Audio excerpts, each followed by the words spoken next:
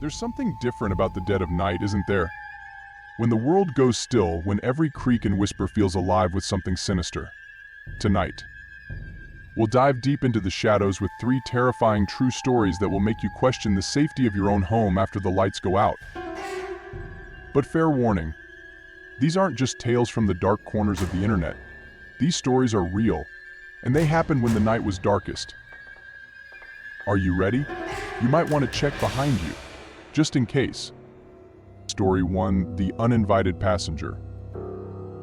A young woman, Sarah, had just finished a late shift at work, driving down an empty stretch of highway on her way home. It was well past midnight, and the only sound accompanying her was the hum of her engine and the rhythmic tapping of rain on her windshield. That is, until she glanced at her rear-view mirror and saw someone sitting in the back seat. Now, if it were me, I'd have questioned every life decision that led me to this moment. Also, why do horror movie characters never lock their doors?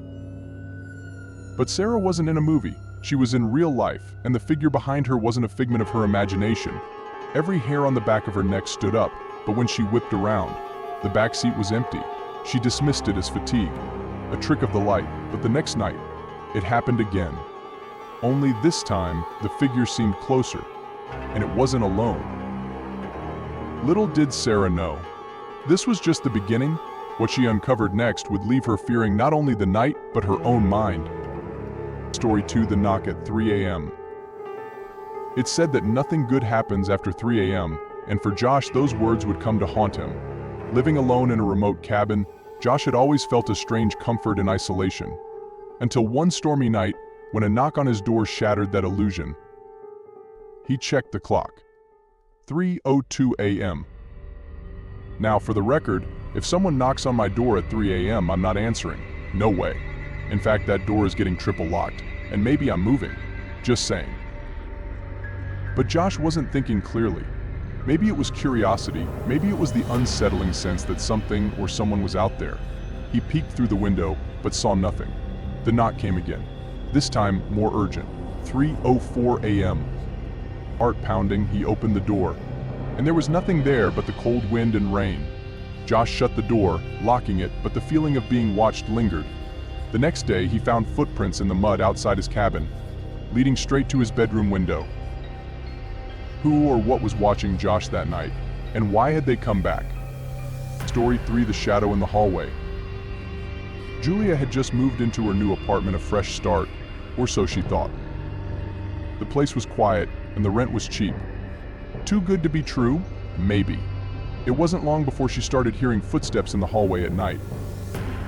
At first, she convinced herself it was the neighbors.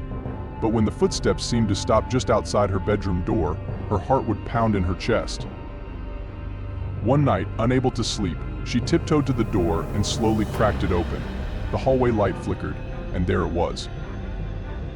Why do we always investigate strange noises? Seriously, what could go wrong?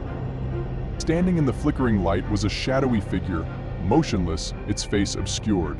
Julia slammed the door and backed away, her pulse racing. But the next morning, the hallway was empty. No signs of anyone. It happened again the next night, and the next. Each time, the figure was a little closer. Who or what was haunting Julia's new home? And why hadn't it already claimed her?